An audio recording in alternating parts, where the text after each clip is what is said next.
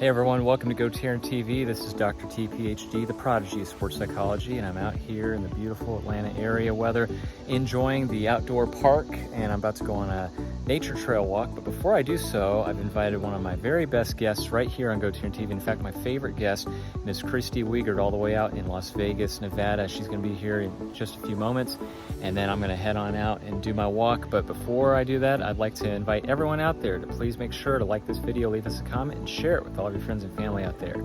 Now, Kristy's going to catch up with us and tell us how everything out in Las Vegas is going and how everything is going with personal training as well. And it's always great to catch up with her.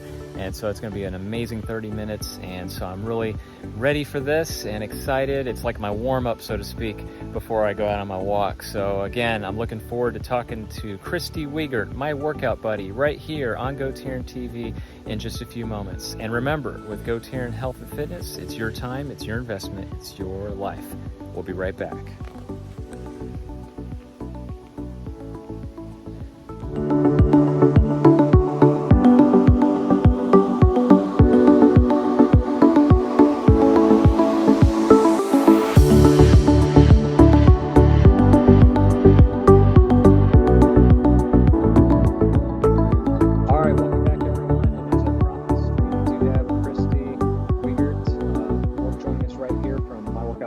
Kristy, how are you doing today? I'm fantastic. How are you? Good, thanks. Well, as you're always so busy with such a full schedule, right before we were recording, just a few moments ago, Kristy was telling us that she was just finishing another personal training session. So how did that go? Oh, it was so much fun. This is a lady in Atlanta, actually, who Neat. Cool. she enjoys weightlifting, but she's not a big cardio fan. So we did a bunch of little 10 and 20 rep circuits 3 times around, and she hit her heavy bag and ball slams and those kind of things, and just kind of boot camped her a little bit. Oh, very cool. Wow, that's tremendous. That is excellent. So what else have you been up to in the last month? How's your summer going so far? Well, you're gonna laugh at this. We went to the in the money bank, whatever it's called, the WWE on Saturday. Oh yeah, their wrestling show, right? Of course. Cool. And that was kind of fun. We got to be seat fillers, so we had really good seats. In Vegas, when you're a local, you can buy this thing called House Seats, and you can get all these free tickets throughout the year. And that came up, and we were like, well, let's go to that one. We've never done that before. Yeah, that must have been interesting. What did you think overall? I was really amazed at the athleticism that these people had. It was incredible, and it was a TLC, tables, ladders, and chairs, and the suitcase was way high, and they all were climbing over each other to get to this thing, and unfortunately we didn't hear the trash talking they do to one another, because that's on the television, but so we didn't overhear it on the PA system, so all we see the physical stuff, but it was incredible. Oh, that's really fun. Was there a lot of people there, like pretty crowded? It was full. Yeah. I mean, I was just amazed. I've gone to a few of them before. Luchador is usually something I get into, especially if we ever go to Mexico. I try to see if there's a luchador wrestling match, because that's cool. Yeah. Yeah, no, I think they're more exciting. They have more action and just probably more compelling. Yeah, you're right. I agree with you. I remember that Jack Black film, Lucha Libre. Did you ever see that movie? Yeah. I did once years ago, and it was very funny. Yeah. That was a great film. Well, that's tremendous. Wow. So other than that, I guess you've been keeping pretty busy, like I said, haven't you? Yeah. I mean, I went to Zoom only recently. I was gonna do like in-home here. Like when I started my workout buddy, I was doing a lot of in-home training with people like you do. Yeah. And it's just not working out for me because of how much time it takes to drive to and from. And for me to make it worth what it should be, you have to charge so much. And I was just like, Zoom is working out really well. And I can do back sessions Monday through Friday and cut it off and have like a regular schedule so I can actually hang out with the husband in the evenings and on the weekends and not drive myself too crazy. So Good even for my you. here in Vegas, for the most part, are hiring me for Yeah. Zoom. That's tremendous, Kristy. Congratulations. That's so smart. You're right. We've talked about that logistics kind of, especially with gas prices the way they are, and time, of course, as well. Just opportunity loss when you're driving in the car and having to travel to and back and forth. So that's great. Overall, how has Zoom worked out, for your clients in terms of working with you? Do they find the same convenience as well? Oh yeah, I mean, a lot of Hmm. these people are either retired or work out of their homes, Good, good. so they find it extremely convenient because they don't have to get up, get dressed, and go to a gym and be all prepared. Instead, Right. everything's right in their home. And the only downside for a lot of people is first figuring out if they're new to it, whether they're going to dedicate enough space or buy enough equipment to make it work for them. And once Yeah. you get over a couple of those hurdles, it gets way better. When they take a guest room and they repurpose it into their own personal gym, Hmm. it's amazing how much better the quality becomes. But I could give you a workout with zero equipment. So, Yeah. I can make it work for a long time before anything is really necessary. But I've taken people's heavy books, like Leo Yeah. Toll, and we've done hay balers and stuff with a big book and Sure. whatever Yeah. you Oh, that's great.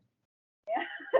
Oh, that's so creative, Kristy. Yeah, I agree. So really, like someone who works out with you and they're meeting you, you basically, if they just said, I've got some space, I mean, that's just about enough to get them started, isn't it? All they need is space, pretty much.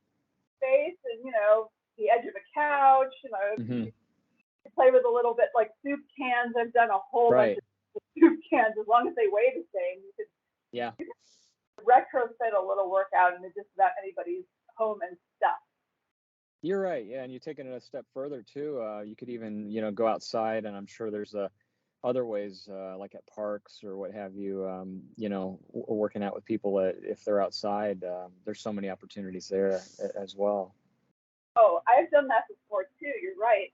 Somebody in their backyard, they would take rocks and they would do like almost like a ball slam, the kind of ball that doesn't bounce. You just Yeah. take it up and slam it and then squat it back up. Do 20 of Sure. those straight stuff. You've done squatting, you've done lifting. Yeah. Overhead presses.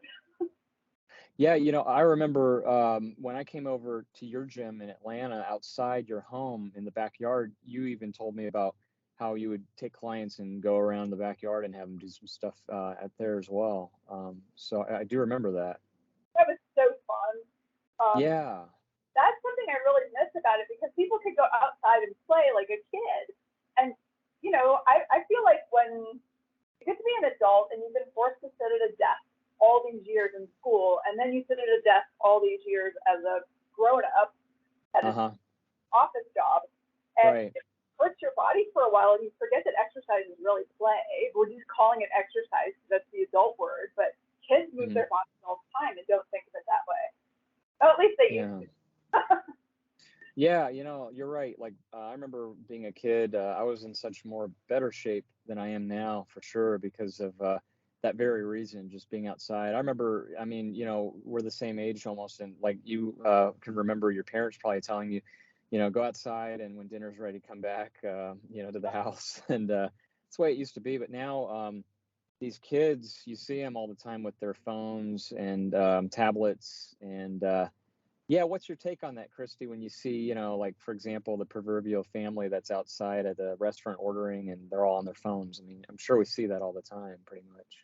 It's really sad because I feel like the aftershock of that with these people becoming adults in our world are Uh-huh. one, having trouble communicating face to face with humans Yeah. directly. They have a hard time with eye contact. I'm working with a 15-year-old right now, and it's taken a lot of work to get this guy to just say the pleasantries. Hi, how are you? And Oh, reciprocate. wow. I'm fine. And how are you? I even said, fake it till you make it. Maybe you don't care what my answer is, but the nice thing to do is ask me how I'm doing as well. Yeah. And then there's the posture. Oh, Oh yeah. Yeah. goodness, how many people's posture have you fixed because of the device using? Right? Definitely. Or the text neck and the forward grabbing of the shoulders, and Oh, when you're yes. somebody in there like this. I mean, people who, their whole lives are going to spend bending over that way, when usually that posture doesn't come up until somebody's in their 70s or their 80s. Yeah. It's going to be stuck that way. Yeah, I mean, you're right. I'm always trying to do that myself, be cognizant, thinking about what do they say, be a ballerina and pull from the top and kind of just keep your head up and your shoulders back. And that is definitely the best way to correct that alignment. But we see that a lot. And, talking about what you were just saying with activities when we're children, like recess, playtime, or field day.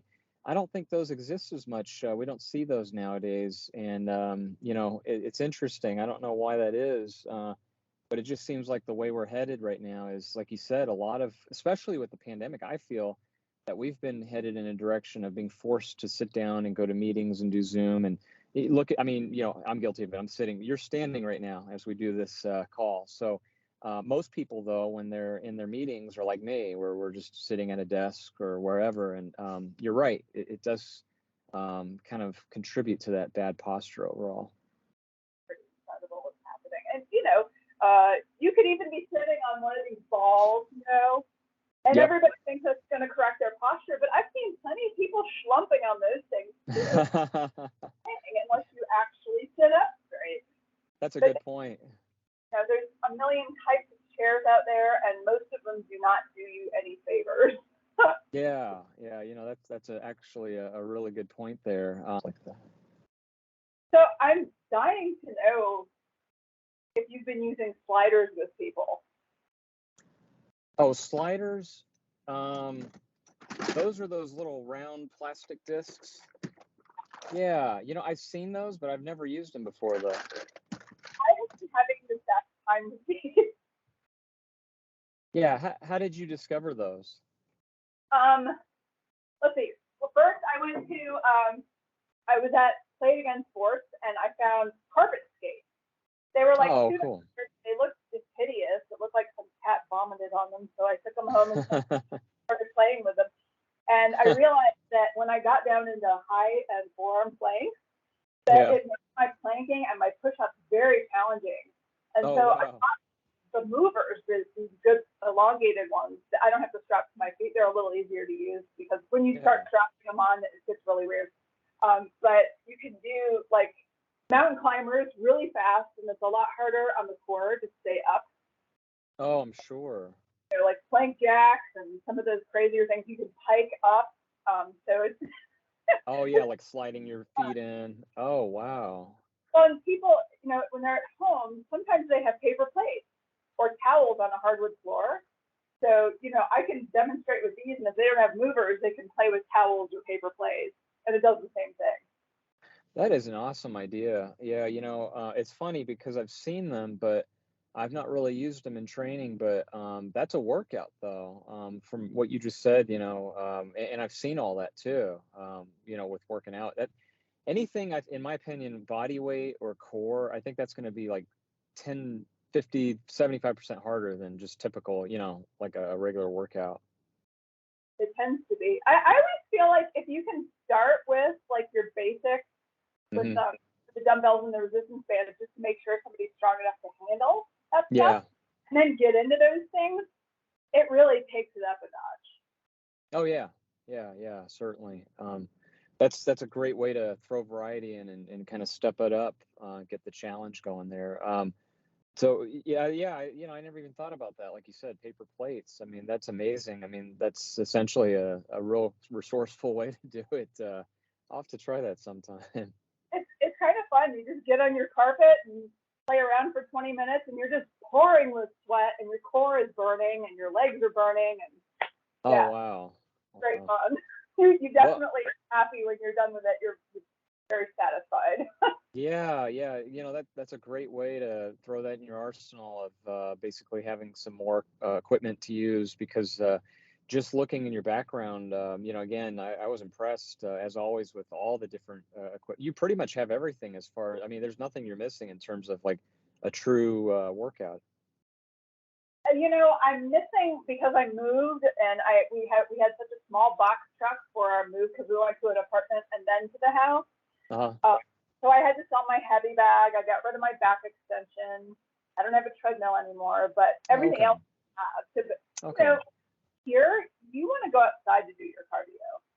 Very true. Yeah.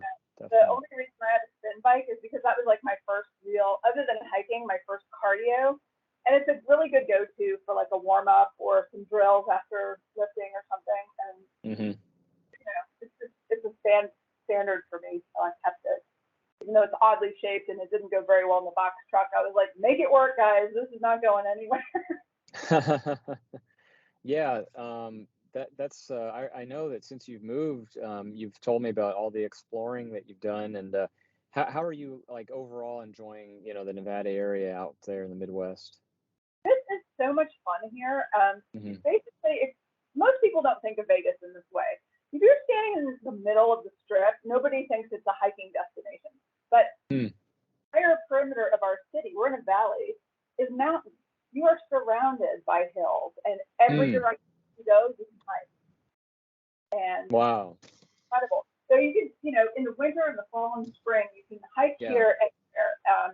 In the summertime, you either are going to hike really, really early or go to Mount Charleston, where it's like 30 degrees cooler and you're in a forest. Wow. Because it's high elevation. You start at 8,000 feet and go up from there. But around here, it's just too darn hot. I mean, every day is in the hundreds right now. Oh, wow. Wow. And that's minimum like 100, 105. This actually is much more mild than last summer. We were in the 115s and 120s. Oh, wow. Wow. And it's definitely a different heat than here where I'm at with the drier heat. That's the one thing I noticed when I go out to Phoenix, Arizona. It's just a very big noticeable difference between that kind of heat and this kind of heat. Yeah, it's incredible how different it is. Like, let's put out in the evening after the sun goes below the mountains. Yeah. And you're not being swarmed by mosquitoes. There are no mosquitoes. It's not muggy at all. It feels very pleasant. Even though it's in the 90s, you feel more like the 70s in Georgia. Yeah, yeah, that's very true. You're still like, you know, kind of amazed by this whole place. And there's more exploring to do, even though we've been extremely adventurous and continuing to always be on foot and going crazy hikes. Like we did a 7-mile hike last weekend in Levels Canyon. Oh, wow. In Georgia because it was at a pretty good elevation and lots of good hills. And we were looking back at some of our Georgia hikes and everything starts at like 900 feet. So when you start at 6,000, 7,000 feet, you're dealing with elevation and that has its own challenges, lack of oxygen, all that stuff. Yeah. But something we've really had to get used to. Oh, definitely. Yeah, no question about it. Have you guys, I don't think you have, but have you been back to visit Atlanta at all? Yeah, unfortunately, when you know about the whole fentanyl thing, people overdosing, we had a nephew who died last year from it. Oh, I'm so sorry, Kristy. Oh, my goodness. I'm so sorry. We had to go back for that. And he's our oldest nephew. And oh, I'm so sorry to hear that. Yeah, you know, that's amazing. I keep hearing about that like every day. It seems like anybody I talk to, that topic always comes up somehow, that we all know somebody. But you're right, that truly is an epidemic right now, it seems like. And for a while, I was in the Atlanta scene working center and at Summit Wellness in Roswell, and I was doing, like, I was teaching meditation and I was teaching exercise in these recovery centers. And I talked to people who had actually had those overdoses but survived them, and it's incredible what they go through. Healing is very difficult. So, you know, so many people are lucky they can pull themselves out of it, and some are not so much. Oh, yeah. Yeah. Well, again, I'm really sorry to hear that. Gosh. Yeah, that's it's like anything else, I guess. You know, there's an addiction pretty much for everything, it seems like, and yeah, that's it's never. And again, it's always typically, it seems like younger people for sure whenever you hear about these cases, but and here in Atlanta, just like I said, it seems very prevalent. I keep hearing about this a lot recently. Yeah, Vegas is that way too. We have Really? It's Sin City. There's an addiction around everybody. Yeah. We have slot machines in our grocery stores. So. Wow. Oh gosh, I've never heard of that. Oh my goodness. It's really weird here. Oh my goodness. Yeah, that seems like another kind of issue that some people can delve into with the addiction of gambling, and then that leading to such things like depression or anxiety. And whenever you go to some like slot machine or Vegas or what have you, and you see these people, generally speaking, I'm just envisioning the cigarette smoke and the alcohol and sodas and the bad posture of people just sitting there at the machines for hours on end. But I don't know. Is that something that have you and your husband, have you partaken in any type of like visiting any of the slot machines just for fun, just for the heck of it? I mean, so we got married here in 2001 at Mandalay Bay. Yeah, And yeah. when we did that, we were trying our hand at blackjack and Sure. and we did some slot machines, but it was something we were trying. We've never really gotten into it. Yeah. Now, we have to go through casinos to get to some concerts and shows that we go to, so we're passing them by, but we don't Okay. gamble. My parents, when they come to town, they stay down at the Palazzo, which is part of Venetian. Oh, And okay. they'll always hand us the money and be like, "Come and play with us." And I'm like putting it in my pocket, going, "Thank you." I don't enjoy it. I feel like I'm wasting resources, time, money, and I'm breathing that god awful smoke. It's driving me crazy. Yeah, certainly. Yeah, Oh I just yeah. appreciation for it, like some do. And there are people who, you walk through and you see the vacationers, and they seem very lively and having a good time playing. And then you see the people who probably live here, and they've got these gray faces, and they're just pressing the button and completely spaced out. Like, Oh yeah. that's the process addiction. You can really see that sort of Pavlov dog thing going on, where Oh they're wow. Oh yeah. get out to lunch, and this is their thing, and they're going to save their own lives by doing this. Oh gosh. Very, Wow. Yeah. That's really tough. Yeah, I know exactly what you're describing, and that's just so sad. Yeah, when you think about how much money these people are dumping into those machines, I mean, more than likely, we know that the casinos, they're not dumb. They probably have the odds of where they're going to walk away with more money than the customers. And so at the end of the day, if those customers spending all that money and dumping all that money in those machines would just invest and say, like, one personal training session with you, or just anything like investing into a gym membership or into a diet program or what have you. I mean, there's so much more that I could think of that they could spend that money towards, but I guess to each their own. I guess everybody's entitled to however they want to live. But wow, that's so sad, isn't it? it's really gut wrenching to walk by and see. You can just definitely tell that it's all they do. Wow. They have to work in order to live and survive and put food in their mouth, but they are not well people. See them at the gas station in Georgia with a little scratch off. It's the same thing. They stand there and they get another one and another one. It's that same process. Yeah. Yeah. I guess that's the thing. Like, some people, they hope, what I forget, it was some kind of financial advisor that had said that some high percentage of Americans, I don't know what it was, like a large portion of Americans, when surveyed of what they were doing for their retirement accounts, for retirement savings, and by far, like the majority of them had put in there that they were hoping to win the lottery someday, that that was going to be their escape plan once they finally win the big one. And it's like, oh, that's just amazing that would even enter someone's mind when they look at the fact that most likely they're not going to win, because of the odds against them. And it's just really sad. I mean, I just don't understand that. I mean, you may be up and you might go down, but the house always wins. And people always what they won. I won $5,000, but how much did you plug into that stupid machine before you got to that money? And you're going to take that money and go put it in the machine again. So good for you to earn $5,000, but you're about to say goodbye to it, because nobody just walks away and pockets it. Usually, unless they're really, really mindful about what they're doing, which is almost never the case. The casino has a lot of distractions going on to make you stay put. You can't see daylight. You can't see a clock. The carpet is actually designed to keep you in.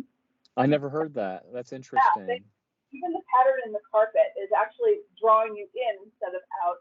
They cover you get to the center so that you can get to the restaurant or the concert you want to get to. Yeah. I've had all the tables and machines. So there's a lot Oh, of time wow. where you get to where you want to go. And in Vegas, Gosh. the best restaurants are in casinos. So they are very strategic. They know what they're doing and using those subliminal kind of tricks, it sounds like. That I've never heard that before, but that makes sense though. Oh, they've done all the studies on what keeps people stuck. Like if you go to the Venetian, if you've ever been there, they have the most beautiful mall inside. Great shops, great restaurants, little, micro breweries. I mean, you don't have to leave that place the whole time you're visiting Vegas.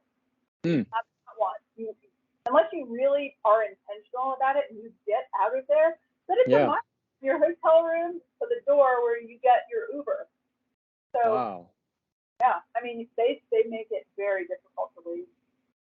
That's scary. I mean, that's almost, it's, in my mind, borders on the line of some type of subliminal, I don't know, like messaging and I don't know. But then again, I guess it's, it's a commercialized. Yeah. Yeah, it really does sound that way. Gosh, I can't believe that. Wow.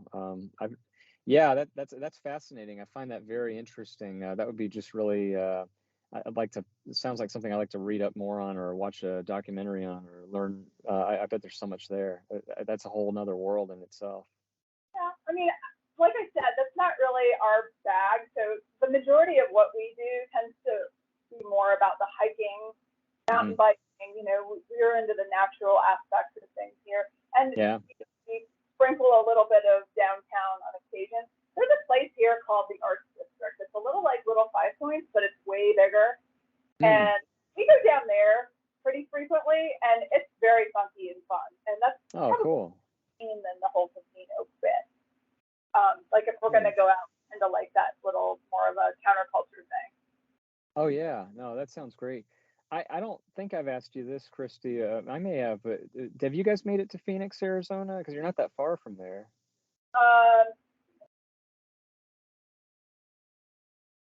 Yes, I think you have. Okay. We drove through on the way there and on the way back. We drove to Mexico last year. That sounds hilarious. Oh, no, I remember you told me about that. That's right. I remember the drive that y'all had. So so you drove through there. That makes sense. Okay. Very. So we just stopped and stayed in Phoenix on the way there, on the way back. Yeah. Pretty pretty. Well, it is. So I've been there. I'm wearing. Oh, whoops! I didn't know I still had that on. I've been there. This is my school. That's out there in Phoenix, and so I've been there. Let's see. I think maybe 3 or 4 years in a row. The last 3 or 4 years, and I'm gonna go out there again in April for a graduation ceremony. And every time I've gone out there, I've always had the intention of saying, "Well, I'm gonna go visit the Grand Canyon." And I should, because the school's named after it, but I never make it there. And I didn't realize it's actually kind of far from Phoenix. I think it's like a 4 or 5 hour drive. But how far is that from where you're at? It's closer, I think, isn't it? Yeah, if you want to go to the western side, it takes about 3 hours. Oh, that's not bad. Yeah, that's a little better. Yeah. Death Valley's only like an hour and a half at the edge. Oh, okay. But it's there right now. Yeah. People die this time of year there. Even though it's the same desert we're in, it is far hotter because it's a lower elevation. In fact, it's below sea level. Oh, really? What would the temperature roughly be at, say, what could it get to down there? 140. No kidding. I've never even heard of that. Wow. That's a German thing. People from Germany love to come here and go to Death Valley in July and be like, I survived Death Valley in July. Really? All the time. Yeah, I don't know why, but somebody who owns a place down there and a town next to it called Pahrump, the people stay at their little their rental facility, and then they take motorcycles and go riding in the desert where there's nobody passing you by. They can't save you. So one guy died. Unbelievable. He had like one little bottle of water, and he was in black. I just remembered. I was a big UFC fan, Ultimate Fighting Cage, almost like WWE, but the real, fist fighting in the cages. And there was a fighter. Oh my God, I just had his name in my brain. It'll come to me. that went out and did something like that and ended up dying in the desert years ago. He was a former champion. Evan Tanner is his name. If you look up the name Evan Tanner, he was a UFC champion, regarded as one of the best, and did one of those crazy hikes, didn't bring a phone with him, just said, I'm going to survive this thing. I'm going to go out. Something I've always wanted to do. I'm going to have to look it up, but I think it was right out there, if not in Death Valley, very close to where you're at. And I'm definitely going to look that up. And they found him, and he had just died of, I don't know, heat exhaustion or heat stroke or whatever. And he's one of the most elite athletic individuals in the world, you know, thinking that they could survive this thing. So if you have someone like that who's smart about as far as rehydration and knowing your body, you know, then anybody like me, like an average person, goes out there and says, yeah, I'll do this. I mean, that is just scary to think about. But, you know, I've heard that too before also. Yeah, Scott and I, we were so into backpacking out east when we lived in Atlanta. We'd go on, you know, 3 or 4 day backpacking trips, and we'd do 10 miles a day with 50 pounds on our back. And that's like humidity and cool at night, and we still have to really worry about electrolytes and hydration. Moving out here was an eye-opener. We really had to learn how to fuel properly and wear the right kind of clothing, and there's a lot more to it here than you might think. And just going out and being all bold about it is not the way to go. You die. No, you're right, because I was told that when we came out up to my school out there in Phoenix, Arizona last year, and the provost talked to all the students there and said, look, I know a lot of you aren't from here or traveling from out of town. He's like, I want everyone in here to grab a bottle, 2 bottles of water, and keep it with you. And even if it doesn't feel like you're thirsty, just please keep drinking water during the day. He's like, because you don't understand that. He's telling us, like, every year they have somebody that either faints or falls, you know, of exhaustion, and they're completely dehydrated, and it happens all the time, he said. And so that was one thing I remember they were just really emphasizing and spending a lot of time on in my brain. I was like, that doesn't feel too bad out here. But then, yeah, like you said, it's deceiving for sure. It really is different. It's kind of a subtle, you know, sneaks up on you a little bit, in my opinion. Because let's face it, Atlanta, you know, it's hot and humid out here. But like you said, it's definitely different, though. There's a noticeable difference in the type of heat. Oh, it's unreal. I mean, this is a weird, for example, but you can walk around barefoot or with flip-flops on all day in Georgia and never have this problem. I try to wear my Keens. They're just really good. You know, you can walk around in them and they're pretty comfy, but your heel, if you don't put Vaseline as a moisture barrier on your heels, they turn. I've heard that. Yes, that's right. That's right. It takes 3 hours in the summertime and your heel is completely white and starts cracking. I've heard that one. Yeah. That's this is all definite. You're right. I mean, there's things that I wouldn't think about, and it's almost like you need some type of guide or a book when you first move out there to show you all the things like what you just said to go over to make sure the to-dos and you know, list of what or what to not do also when you're out and about. But no, that's great. You know, I'm really happy, Kristy, that you all are acclimated out there and everything's going well. And you know, you're, again, great job on the success with the personal training brand, and keep it up. And I want to thank you for, I know we went a few minutes over time. I apologize. That was my fault. But thank you so much for doing this and catching up. And let's please catch up next month and see how the rest of the summer's going. And other than that, let's wrap up and get some contact information from you, please, before we close out of here. Sure. So it's my workout buddy, Kristy Wegert. Phone number, please text me. My ringer is never on. It's 404-661-7173. My website is my-workoutbuddy.com. Perfect. Yeah, you're just like me, Kristy. I'm the same way. I don't think I've ever had my ringer on my phone ever. Actually, there's no need, because you're right. The last thing you want to do is pick it up and talk while we're training a client. So, which, by the way, I think we've talked about this before, is totally normal in what I see a lot of trainers doing, which boggles my mind. So. Yeah, I was working across the city for a little while, working at Sun City Anthem, and I couldn't believe how many trainers were doing that. It's like, you have an hour with this person. Focus. Stop doing that.